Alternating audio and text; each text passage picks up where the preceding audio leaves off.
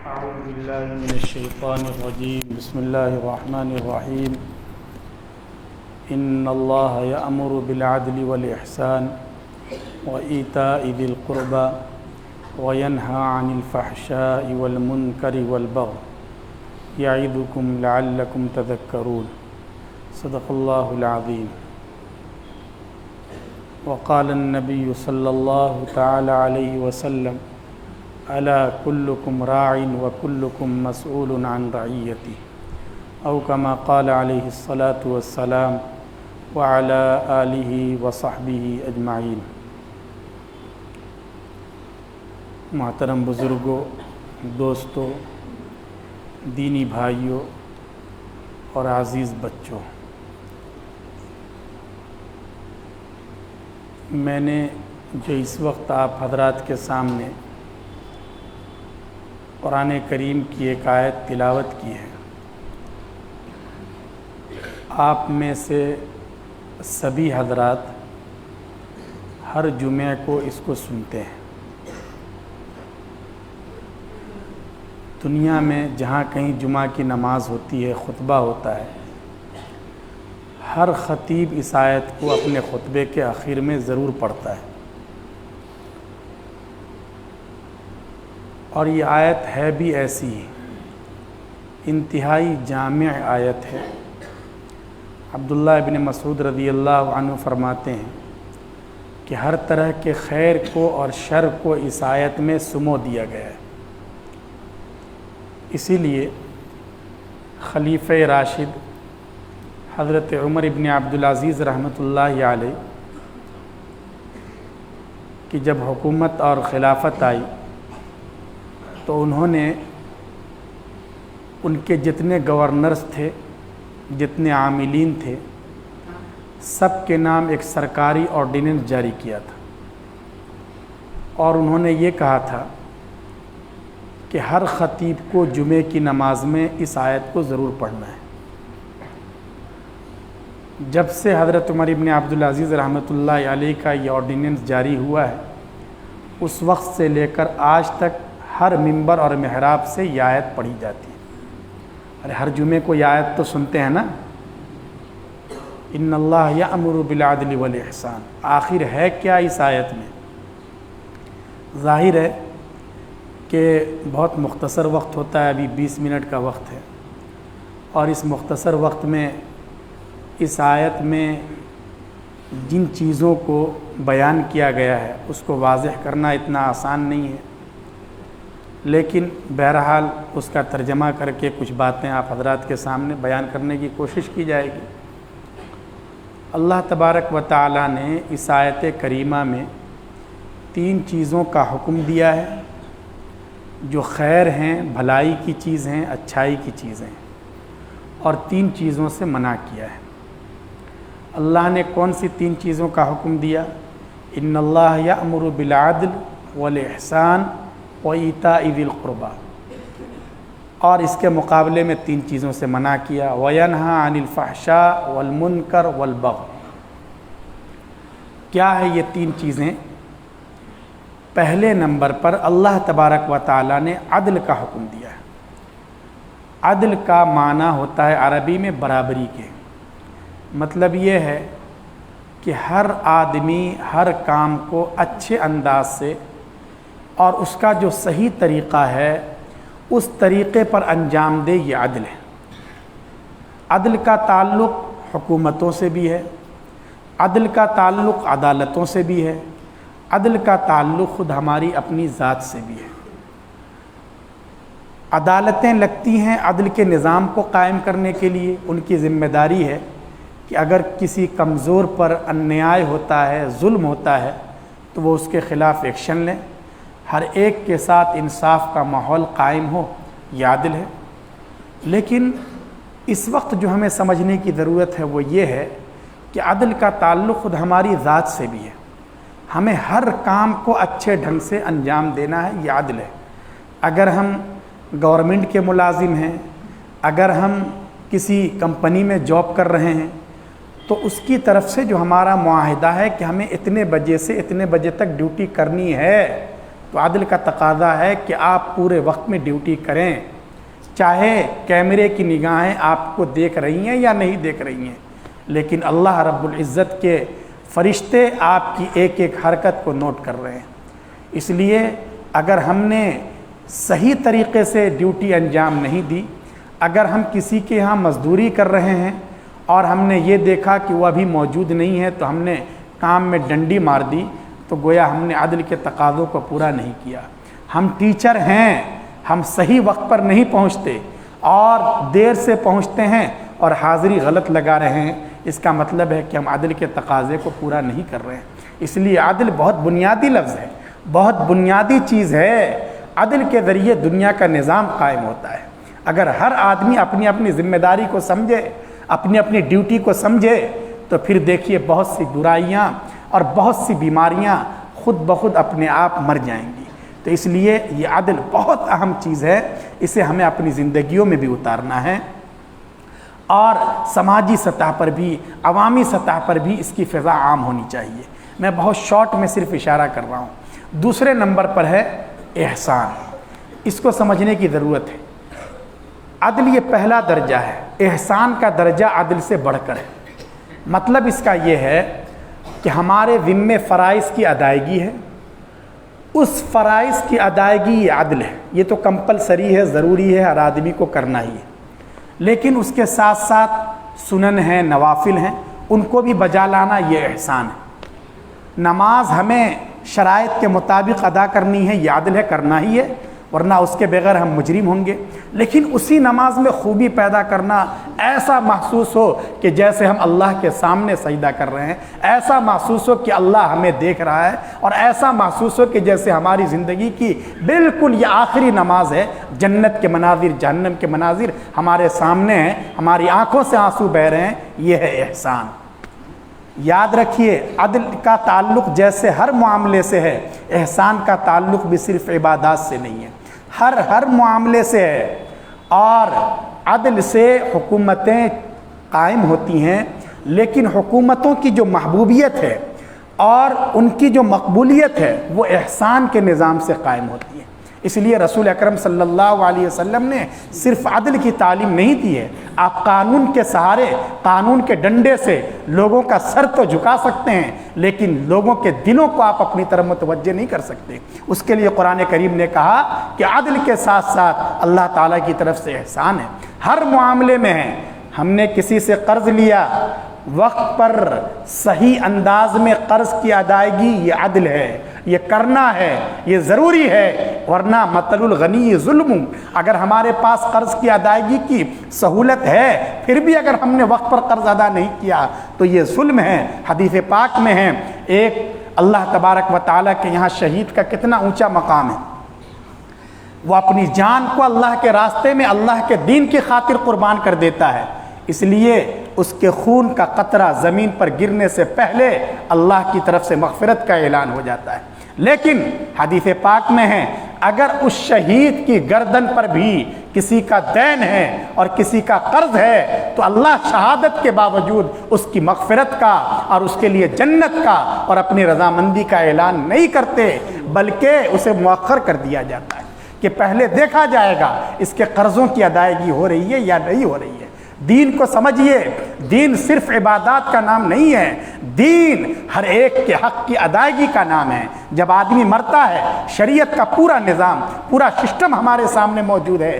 ہمیں ہمارے ذہنوں میں یہ ہوتا ہے کہ باپ نے پراپرٹی جو چھوڑی ہے، جو بینک بیلنس چھوڑا ہے، جو پیسے چھوڑے ہیں، اس پر اس کے بچوں کا حق ہوگا۔ شریعت کی یہ ترتیب نہیں ہے۔ شریعت یہ کہتی ہے کہ پہلے مرنے والے کے کفن دفن پر انتظام کرو، اس کے بعد یہ دیکھو کہ مرنے والے کے ذمے کسی کا قرض تو نہیں ہے، کسی کمپنی سے اس نے لون تو نہیں لے رکھا ہے، کسی آدمی سے کوئی قرض تو نہیں لے رکھا ہے، پہلے اس کے قرض کی ادائیگی کرو۔ اگر اس نے 10 لاکھ قرض لیا ہے اور پوری پراپرٹی اور جائیداد اس کی 10 لاکھ کی ہے، شریعت کہتی ہے کہ پہلے قرض والوں کا قرض ادا ہوگا، اس کے بچے سڑک پہ آ جائیں گے، اس کی بیوی کے لیے کچھ نہیں بچے گا، نہ بچے، شریعت کو اس وقت اس کی کوئی پرواہ نہیں ہے، پہلے قرض والے کا قرض ادا ہوگا، قرض کی ادائیگی کے بعد اگر کچھ بچا تب دیکھا جائے گا کہ بیٹے کو کتنا ملے گا اور بیٹی کو کتنا ملے گا۔ تو یہ قرض کی ادائیگی یہ تو ضروری ہے، لیکن رسول اکرم صلی اللہ علیہ وسلم نے جو تعلیمات ارشاد فرمائی ہیں، جھکتا ہوا تولو، اس لیے اگر آپ نے کسی سے 10,000 روپے لیے 10 مہینے کے وعدے پر، 10 مہینے کے بعد 10,000 روپے پورے طریقے سے ادا کر دینا، یہ عدل ہے۔ لیکن احسان کیا ہے؟ احسان یہ ہے کہ آپ نے 10 مہینے تک اس 10,000 روپے سے فائدہ اٹھایا ہے، آپ کا کاروبار اس سے چل پڑا ہے، آڑے وقت میں یہ آدمی آپ کے کام آیا ہے، کیا آپ یہ نہیں کر سکتے کہ اس میں 1,000 روپے کا اضافہ کر دیں اپنی طرف سے؟ آپ 10,000 کے بجائے 11,000 واپس کیجئے، یہ ہے احسان۔ احسان سے دنیا میں محبت کا نظام قائم ہوتا ہے، اخوت کا نظام قائم ہوتا ہے۔ اگر پہلے سے یہ شرط لگا دی کہ میں 10,000 کے بجائے 11,000 لوں گا تو یہ سود ہے، یہ انٹرسٹ ہے، یہ حرام ہے، یہ تو شریعت اور اسلام کے خلاف بغاوت ہے، اور شریعت اس کو بالکل اجازت نہیں دیتی۔ احل اللہ البیع وحرم الربا، اللہ نے کاروبار کی اجازت دی ہے، اللہ نے سود کی، انٹرسٹ کی اجازت نہیں دی ہے۔ جو سود لیتا ہے، جو سود دیتا ہے، جو سود کے لین دین میں گواہ اور ایجنٹ بنتا ہے، ان سب پر اللہ کی لعنت ہوتی ہے۔ جو لوگ بینک سے بلا وجہ کے لون لیتے ہیں، انشورنس کی غلط قسم کی پالیسیوں کے چکر میں رہتے ہیں، یقیناً وہ اپنی زندگی، اپنے بچوں کا مستقبل تباہ کر رہے ہیں۔ حرام مال سے اگر بچوں کی پرورش ہوتی ہے، ان کے جسم کا خون بنتا ہے، تو یقین مانیے وہ جہنم کا ایندھن تو بن سکتے ہیں، آپ کی آنکھوں کی ٹھنڈک نہیں بن سکتے۔ اس لیے شرط لگا دینا یہ تو حرام ہے، ناجائز ہے، لیکن شریعت یہ کہتی ہے کہ تمہارے اخلاق اور مروت کا تقاضا کیا ہے؟ تم نے 10 مہینے اس کے پیسے سے فائدہ اٹھایا ہے، احسان کا تقاضا یہ ہے کہ 10,000 کے بجائے 11,000 واپس کرو، یہ ہے احسان۔ تو شریعت عدل کے ساتھ ساتھ احسان کا حکم دیتی ہے۔ وَإِيتَاءِ ذِي الْقُرْبَىٰ، رشتہ داروں کے حق کی ادائیگی کا حکم دیا گیا ہے، اور اس حقوق کی تفصیلات بھی آپ حضرات سنتے رہتے ہیں۔ اللہ پاک بڑے ناراض ہوتے ہیں اگر کوئی قطع رحم کرتا ہے، رشتہ داری کے حق کو ادا نہیں کرتا۔ رسول اکرم صلی اللہ علیہ وسلم فرمایا کرتے تھے کہ میرے سب رشتہ دار اس لائق نہیں ہیں، لیکن پھر بھی میں رشتہ داری کی وجہ سے ان کے ساتھ نباہ کرتا ہوں، نباہ کی کوشش کرتا ہوں۔ اس لیے رشتہ داروں کا حق یہ بھی بہت عام چیز ہے۔ اس کے علاوہ 3 چیزوں کے مقابلے میں بہت اختصار کے ساتھ اشارہ کر رہا ہوں، چونکہ 10 منٹ تو ہو گئے، اب صرف 10 منٹ رہ گئے ہیں۔ 3 چیزیں 1:20 تک ہی ہے نا؟ اچھا 20 تک ہے، چلیے تو انشاءاللہ اسی میں تھوڑی گفتگو اور بڑھ جائے گی ماشاءاللہ۔ 3 چیزوں سے منع کیا گیا ہے۔ یہ 3 چیزیں جن کا حکم دیا گیا، یہ باتیں تو سمجھ میں آ گئی نا، اور یہ بات بھی سمجھ میں آ گئی کہ اس کا تعلق زندگی کے ہر شعبے سے ہے۔ عدل کا تعلق بھی، احسان کا تعلق بھی۔ صرف یہ نہیں کہ ہم کسی کے ساتھ کوئی احسان کر دیں، یہی نہیں، ہماری عبادت میں احسان ہو، ہمارے عمل میں احسان۔ احسان کا مطلب ہے خوبی پیدا کرنا، اس کو اچھا بنانا۔ بہرحال 3 چیزوں سے منع کیا گیا ہے۔ اس میں سے پہلے نمبر پر ہے فحشا۔ پہلے نمبر پر کیا ہے؟ فحشا۔ دوسرے نمبر پر ہے منکر۔ ہمارے طلباء کو پڑھایا جاتا ہے، بتایا جاتا ہے فحشا کے معنی بھی برائی کا کام ہے اور منکر کا معنی بھی برائی کا کام ہے، لیکن دونوں میں فرق ہے۔ فحشا جو ہے یہ ہے کہ جس کو کھلے عام لوگ یہ سمجھتے ہوں کہ یہ بری چیز ہے، اچھی بات نہیں ہے، چوری کرنا، ڈکیتی کرنا، کسی کے ساتھ بدکاری کرنا، یہ سب ہے۔ اور منکر وہ برائی کہلاتی ہے جس کو شریعت برا سمجھتی ہے، چاہے دنیا اس کو اچھا سمجھے، لیکن شریعت اگر اس کو برا سمجھتی ہے تو وہ منکر ہے۔ جیسے سود کو دنیا یہ کہے کہ نہیں، اس کے بغیر ہمارا مالیات کا سسٹم چل ہی نہیں سکتا ہے، سود کے بغیر ہم پوری دنیا آگے بڑھ ہی نہیں سکتی ہے، لیکن شریعت کہتی ہے نہیں، سود تو اسلام کے خلاف بغاوت ہے اور اس کی کسی بھی حال میں اجازت نہیں دی جا سکتی، تو یہ منکر ہے۔ ہم طلباء کو اس کا فرق بتلاتے ہیں۔ ہمیں تو موٹے طور پر یہ سمجھنا ہے کہ اللہ پاک نے فحشا سے، بے حیائی کے کام سے منع کیا ہے۔ بے حیائی کے کام کیا ہیں؟ کوئی بھی گناہ کا کام جس سے اللہ کے حکموں کی نافرمانی ہوتی ہو، یہ تو انتہائی بے حیائی کی بات ہے کہ ہم اللہ کے دیے ہوئے رزق سے فائدہ اٹھاتے ہیں، اللہ کی دی ہوئی صحت سے فائدہ اٹھاتے ہیں، اللہ کے بنائے ہوئے اس پورے کائنات پہ رہتے ہیں، اور پھر ہم اللہ کے حکموں کی نافرمانی کریں، یہ تو انتہائی بے غیرتی اور بے حیائی کی بات ہے۔ کوئی بھی بے حیائی کا کام، آدمی بغیر پردے کے نکلے، یہ بھی بے حیائی ہے۔ بغیر پردے کے جانے والی لڑکیوں کو پر اس طرح نظر ڈالنا، یہ بھی بے حیائی ہے۔ شراب پینا بے حیائی ہے، نشہ کرنا بے حیائی ہے۔ یہ سب جو بے حیائی کے کام ہیں، زنا اور اس تک پہنچانے والے جتنے مقدمات ہیں، یہ سب بے حیائی کے کام ہیں، اللہ ان سارے کاموں سے روکتے ہیں۔ اس سے سماج تباہ ہو جاتا ہے، معاشرے کا تانا بانا خراب ہو جاتا ہے، فحشا۔ بلکہ حدیث پاک میں تو ان فواحش کی جڑ اور اس کی مفتاح اور کی شراب کو قرار دیا گیا ہے۔ شراب واقعتاً ہے بھی، شراب کو حدیث پاک میں ام الخبائث اور ام الفواحش قرار دیا گیا ہے۔ جتنی بری چیزیں ہیں، ان تمام برائیوں کی جڑ اور ان کی اور ان کی چابی جو ہے یہ شراب ہے۔ شراب واقعتاً ہے بھی بہت بری چیز، اور اس وقت کی جو صورتحال ہے وہ ہمارے ملک میں اور سماج میں صورتحال بہت ہی زیادہ خطرناک ہوتی جا رہی ہے۔ ہمارا نوجوان طبقہ ہمارے ہاتھوں سے پھسلتا جا رہا ہے۔ ہم لوگ پہلے یہ سمجھتے تھے کہ یہ شراب چونکہ حرام ہے شریعت میں، اس لیے دوسری کمیونٹی کے لوگ اور دوسرے مذہب کے ماننے والے ان میں یہ برائی ہوگی، لیکن جب عوام میں جانا ہوتا ہے، لوگوں سے ملنا ہوتا ہے، جو اس طرح کے سروے آ رہے ہیں، رپورٹس آ رہی ہیں، تو اس سے بالکل بہت زیادہ پریشانی بڑھ جاتی ہے کہ یہ جو زہر ہے میٹھا، جو آہستہ آہستہ انسان کو بالکل اپنی زندگی کے بجائے موت کے دہانے پر پہنچا دیتا ہے، یہ ہمارے نوجوانوں میں بھی یہ چیزیں آ رہی ہیں اور ہمارا طبقہ بھی اس سے متاثر ہو رہا ہے۔ حالانکہ یہ کتنا بڑا جرم ہے اور کتنی بڑی برائی ہے، اسے فواحش کی جڑ قرار دیا گیا۔ اور حدیث پاک میں ہے جب آدمی شراب پیتا ہے تو شراب پینے کی حالت میں اللہ تبارک و تعالیٰ اس سے ایمان کو سلب کر لیتے ہیں، چھین لیتے ہیں، وہ مسلمان نہیں رہتا۔ لیکن اس وقت کی جتنی رپورٹس آ رہی ہیں، جو سوشل جسٹس کی وزارت ہے ہندوستان میں، اس کا جو خود سروے آ رہا ہے، اس میں اس پر بہت تشویش کا اظہار کیا گیا ہے کہ بڑی تیزی کے ساتھ ہمارا ملک نشے کی لت میں اور نشے کی لعنت میں گرفتار ہوتا جا رہا ہے۔ اس رپورٹ میں یہ بھی کہا گیا ہے کہ 75% لوگ شراب پینے والے وہ ہیں جن کی عمر 18 سے لے کے 48 سال کے بیچ میں۔ آپ اندازہ لگائیے، یہ عمر انسان کے بننے کی ہے۔ اس عمر میں لوگ اپنے عمل کے ذریعے، اپنی کارکردگی کے ذریعے اپنے آپ کو بھی آگے بڑھاتے ہیں، اپنے سماج کو آگے بڑھاتے ہیں۔ یہ ملک اور ملت کا کریم ہے، یہ نوجوان ہیں جن کے ذریعے ہمیشہ اسلام کو بلندی نصیب ہوئی ہے، لیکن اسی عمر میں یہ اس لت کے اور اس لعنت کے شکار ہو جاتے ہیں اور سماج پر اور قوم اور ملت پر بوجھ بن جاتے ہیں۔ کتنی بری بات ہے۔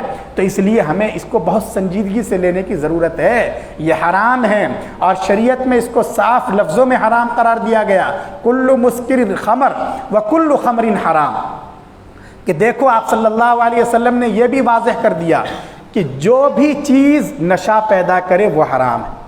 اس کو سمجھنے کی ضرورت ہے۔ چاہے ہم اسے بیئر کہیں، چاہے ہم اسے شراب کہیں، چاہے ہم اسے بھنگ کہیں، چاہے وہ لکوڈ شکل میں ہو یا کیپسول کی شکل میں ہو، یا یہ کہ انجیکشن کے ذریعے اس کے اثرات اندر تک پہنچائے جائیں، یا سگریٹ کے ذریعے نشے کی کیفیت اندر تک اتارنے کی کوشش کی جائے، یاد رکھیے شریعت یہ کہہ رہی ہے کہ اگر اس کی وجہ سے نشہ ہے تو وہ حرام ہے، اور اسلام نے اسے بالکل حرام قرار دیا ہے، اس کی اجازت نہیں ہے۔ چاہے اس کا نام ہم کچھ بھی کہیں، یسمونہا بغیر اسمہا، رسول اللہ صلی اللہ علیہ وسلم نے خود ہی فرما دیا ہے کہ لوگ نام بدل بدل کر شراب پئیں گے۔ اب یہ سب چیزیں ہو رہی ہیں تو اس لیے اس پر بہت زیادہ توجہ کی ضرورت ہے۔ یاد رکھیے شریعت کی نگاہ میں ایک آدمی شراب پیتا ہے اور ایک آدمی پیشاب پیتا ہے، گندگی کے اعتبار سے، گناہ کے اعتبار سے دونوں برابر ہیں۔ اگر پیشاب لگ جائے کپڑے پر، آپ کو کپڑا دھونا ہے، ناپاک ہے وہ کپڑا، ایسے ہی شراب اگر لگ جائے تب بھی وہ کپڑا ناپاک ہو جاتا ہے۔ شراب یہ نجس چیز ہے، ناپاک چیز ہے، اور اس لیے بھی شریعت نے حرام قرار دیا ہے کہ دیکھیے شریعت کے احکام کا مدار خاص طور سے 5 چیزوں پر ہیں جنہیں مقاصد شریعت کہا جاتا ہے، کہ ہر انسان کے لیے بنیادی طور پر یہ ضروری ہے، دین کی حفاظت ضروری ہے، اسی طرح جان کی حفاظت ضروری ہے، مال کی حفاظت ضروری ہے، نسل کی حفاظت ضروری ہے، اور اس کے ساتھ ساتھ عقل کی بھی حفاظت ضروری ہے۔ تو عقل، یہ شریعت نے اس کو بڑی اہمیت دی ہے، اسی کی عقل کی وجہ سے انسان رہتا ہے، ورنہ اس کے علاوہ تو وہ کچھ بھی کر سکتا ہے۔ لہذا شراب کو بالکل حرام قرار دیا گیا ہے، اس لیے کہ اس کے بعد انسان کی عقل کام کرنا چھوڑ دیتی ہے، انسان کسی لائق نہیں رہتا۔ اور اسے جو کہا گیا ہے الخمر جماع الاثم، کہ شراب گناہوں کی جڑ ہے، سمجھیے اس بات کو۔ جتنی دنیا میں فحاشی ہے، اس وقت کی رپورٹ یہ ہے کہ دنیا میں آدھے کرائم اور آدھے جرائم کی بنیادی وجہ یہ شراب کی لعنت ہے، نشے کی لت ہے یہ۔ اور نشے کی لت میں ہر عمر کے لوگ ہیں۔ بنگلور جیسا کول شہر، بالکل ٹھنڈا شہر جہاں اچھے خاصے پڑھے لکھے لوگوں کا طبقہ ہے، اس کے بارے میں BBC کی رپورٹ ہے 25% پڑھا لکھا نوجوان طبقہ وہ شراب کی لعنت میں گرفتار ہو چکا ہے۔ تو یہ ایک شہر کی رپورٹ نہیں ہے، مجھے یہاں کے بارے میں معلوم نہیں، یہاں ممکن ہے اچھے حالات ہوں، اس لیے کہ ماشاءاللہ آپ حضرات کا علماء سے تعلق ہے، بزرگوں سے تعلق ہے، مساجد سے تعلق ہے، دعوت و تبلیغ سے تعلق ہے، اس لیے امید ہے کہ یہ لعنت یہاں نہیں ہوگی۔ لیکن یہ صورتحال بہت زیادہ خراب ہوتی جا رہی ہے، مسلم سماج میں اس طرح کی چیزیں بہت زیادہ آ رہی ہیں۔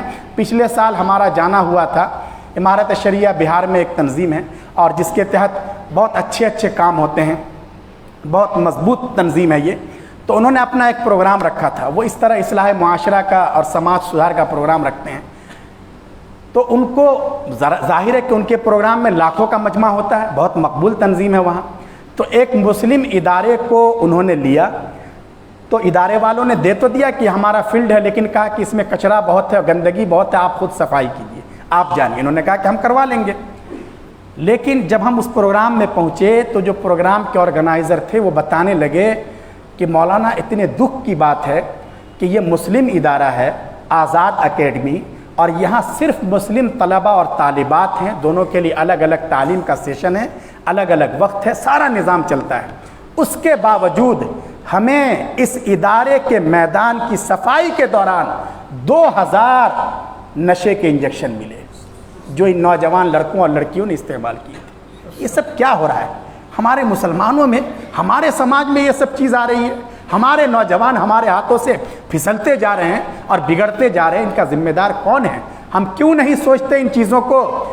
چھوٹی عمر میں جو ہمارے نوجوان بگڑ رہے ہیں، اس کے ذمہ دار براہ راست ان کے والدین بھی ہیں، ان کے چچا بھی ہیں، ان کے دادا بھی ہیں۔ یاد رکھیے حدیث پاک میں الا کلکم راعٍ وکلکم مسئول عن رعیتہ، تم میں سے ہر ایک ذمہ دار ہے اور ہر ایک سے اس کے ماتحت کے متعلق پوچھا جائے گا۔ اس لیے ہمیں اپنے گرد و پیش پر نظر رکھنا چاہیے، ہمیں اپنے بچوں کو اچھی تعلیم بھی دینی ہے، لیکن اس کے ساتھ ساتھ ہمیں ان کے مستقبل کو بھی بچانا ہے، ہمیں ان کے دین کی حفاظت کی بھی فکر کرنی ہے، ہمیں انہیں جہنم کا ایندھن نہیں بننے دینا ہے، ہمیں انہیں توحید سکھلانی ہے، ہمیں انہیں اخلاق سکھلانا ہے، بزرگوں سے، اللہ والوں سے، قرآن و حدیث سے، کتاب و سنت سے ان کا رشتہ ہمیں مضبوط اور مستحکم کرنا ہے۔ تو اس لیے ہمیں ان چیزوں پر بہت زیادہ توجہ کی ضرورت ہے تاکہ ہمارے سماج میں جو یہ برائی کی لعنت آ رہی ہے اس سے ہمارے سماج کی حفاظت ہو سکے۔ اور یہ کیسے ہے برائی کی جڑ؟ اس کو رسول اکرم صلی اللہ علیہ وسلم نے ایک مثال سے سمجھایا کہ دیکھو، پچھلی امت کا آپ نے ایک واقعہ بیان کیا، نسائی شریف کی روایت ہے یہ۔ آپ فرماتے ہیں کہ پچھلی امت میں ایک شخص تھا، بڑا عابد و زاہد تھا۔ ایک اس زمانے کی بہت ہی خوبصورت لڑکی اس پہ فریفتہ ہو گئی۔ اس نے اپنا مطلب نکالنا چاہا لیکن یہ اللہ کے فضل سے محفوظ رہا۔ اس نے اپنی ایک باندی کو بھیجا اور کہا کہ ایک اہم معاملہ درپیش ہے، آپ آئیے اور اس میں آپ ہمیں اس مسئلے کو حل کر دیجئے۔ یہ سیدھا سادہ آدمی پہنچ گیا، جب پہنچا تو اس نے دروازے بند کروا دیے اور گناہ کی دعوت دی۔ وہ بہت رویا، بڑا گھبرایا اور کہا کہ نہیں، مجھے اس گناہ میں مت ملوث کرو۔ وہ عورت بہت ہی تیز ترار تھی، اس نے کہا کہ دیکھو، اب تمہارے سامنے اگر تمہیں اپنی عزت بچانی ہے تو 3 آپشن ہیں۔ آپشن نمبر 1، یہ جو چھوٹا بچہ ہے یہ تلوار رکھی ہوئی ہے، لو اس کی گردن اڑا دو۔ آپشن نمبر 2 کہ تم ایسا کرو کہ یہ میرے ساتھ بدکاری کر لو جو میں چاہ رہی ہوں، یہ دوسرا آپشن ہے۔ تیسرا آپشن یہ ہے کہ یہ شراب رکھی ہوئی ہے، شراب پی لو۔ اب وہ بیچارہ پریشان ہو گیا کہ میں کروں تو کیا کروں، اس کے بغیر میں نکل نہیں سکتا۔ تو کافی سوچنے کے بعد اس نے شراب والے آپشن کو اختیار کیا کہ ٹھیک ہے میں شراب پی لوں گا۔ اس نے سوچا کہ یہ ہلکا پھلکا گناہ ہے، بعد میں اللہ سے معافی مانگ لیں گے۔ لیکن حدیث پاک میں ہے کہ جیسے ہی اس نے شراب کی طرف ہاتھ اٹھایا اور اسے اپنے حلق میں اتارا، اس کے 2-4 قطرے جب اندر گئے اور نشے کی کیفیت طاری ہوئی تو اس کی آنکھوں میں حیوانیت ناچنے لگی. اندر کا جو شیطان تھا، شیطان جاگ اٹھا اور اس کے بعد خود ہی وہ اس بدکاری کی طرف لپکنے لگا اور اس نے اس عورت کے ساتھ اپنا منہ کالا کیا جس سے وہ بچنا چاہ رہا تھا.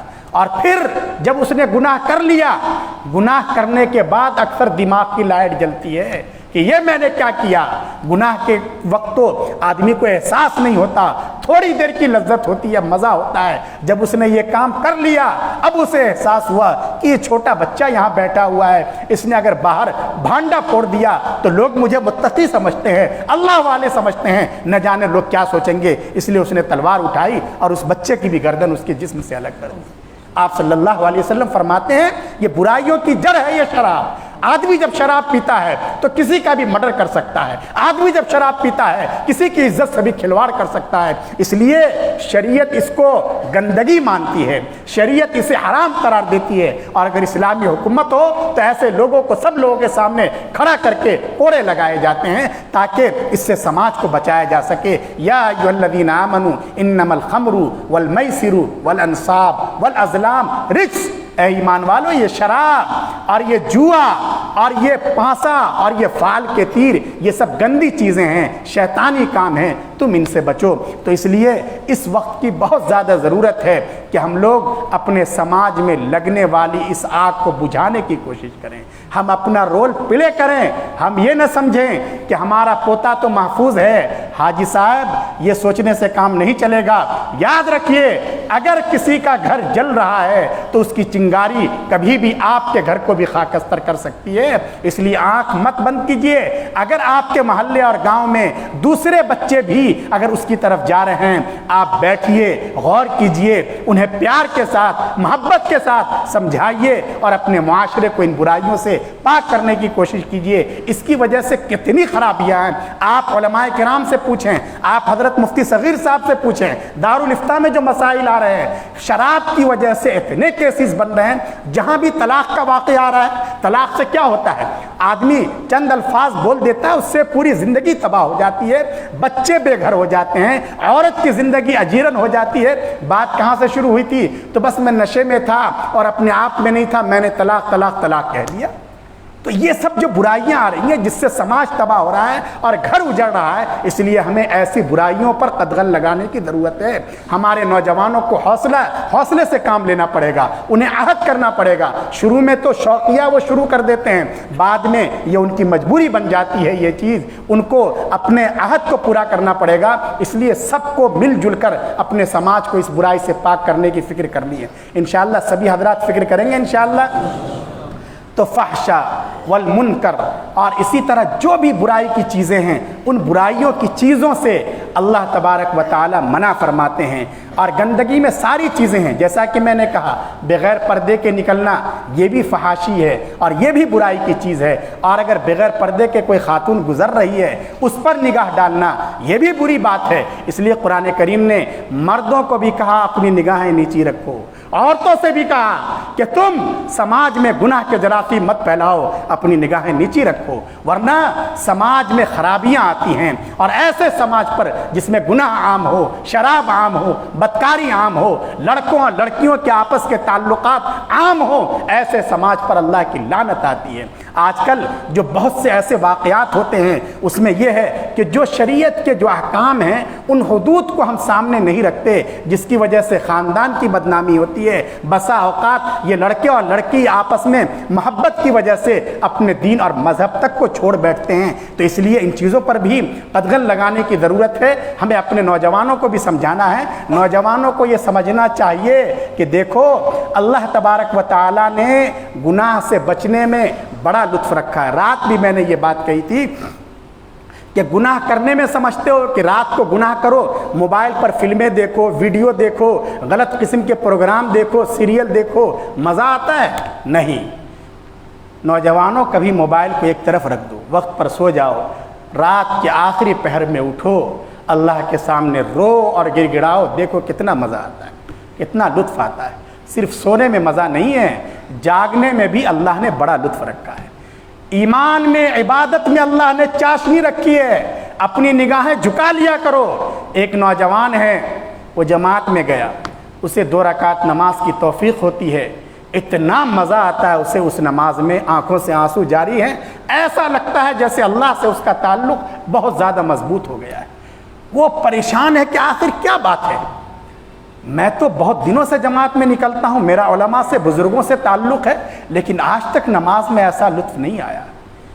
مفتی صاحب سے اس نے رابطہ کیا، مفتی صاحب کو صورتحال معلوم تھی۔ مفتی صاحب نے کہا کہ کل تم چوراہے پہ کھڑے تھے، تمہیں شاید احساس نہیں ہے، وہاں سے ایک لڑکی بن سور کے بغیر پردے کے شاپنگ کے لیے جا رہی تھی، تمہارا جی چاہا کہ تم جی بھر کے دیکھ لو، لیکن تمہارے دل میں یہ خیال آیا کہ نہیں، اللہ رب العزت نے اس کی اجازت نہیں دی ہے، یہ بھی کسی کی بہن ہے، کسی کی عزت ہے، کسی کی بیوی ہے، کسی کی دختر ہے، مجھے نہیں دیکھنا چاہیے، اور تم نے اللہ کے خوف کی وجہ سے اپنی نگاہ جھکا لی تھی۔ حدیث پاک میں ہے کہ جو آدمی ایسے موقع پر گناہ سے اپنے آپ کو بچا کر نگاہ نیچی کر لیتا ہے، اللہ اسے عبادت کی لذت عطا کرتے ہیں۔ تو کل جو تم نے اپنی نگاہ جھکا لی تھی، اسی عبادت کی یہ لذت ہے جو تمہیں آج نماز میں محسوس ہو رہی ہے۔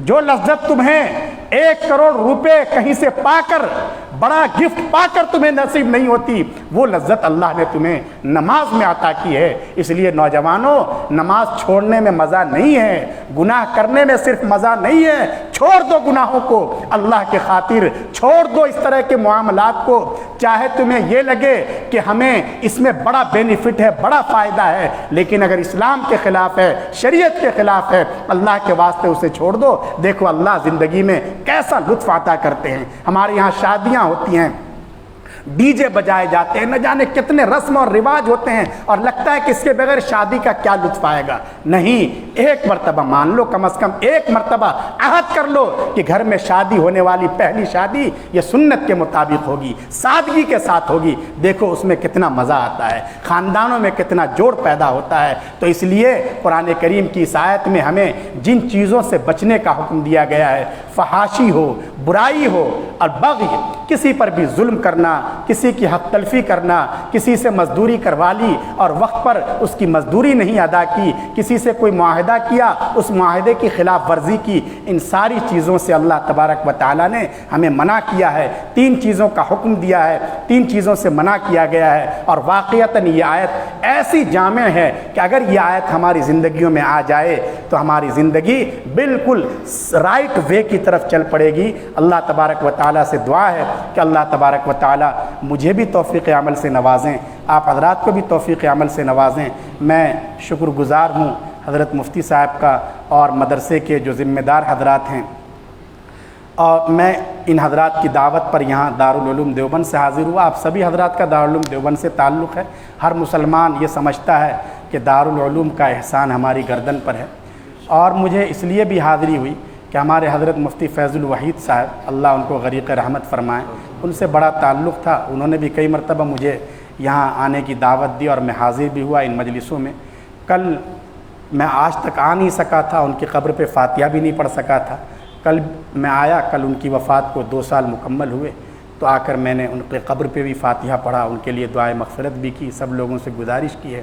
تو بہرحال ان کے بڑے کارنامے ہیں، بڑی خدمات ہیں، اور اس پورے خطے پر، پورے علاقے پر ان کے بڑے احسانات ہیں، تو اس لیے ان کے لیے بھی دعا فرما دیں۔ اللہ تبارک و تعالیٰ ان کی ساری خدمات کو اور حسنات کو قبول فرمائیں، سیئات سے درگزر فرمائیں۔ اللہ تبارک و تعالیٰ اس ادارے کو، اس سے تعلق رکھنے والے کو ہمیشہ ہر طرح کی ترقیات سے نوازیں۔ آمین۔ وآخر دعوانا ان الحمد للہ رب العالمین۔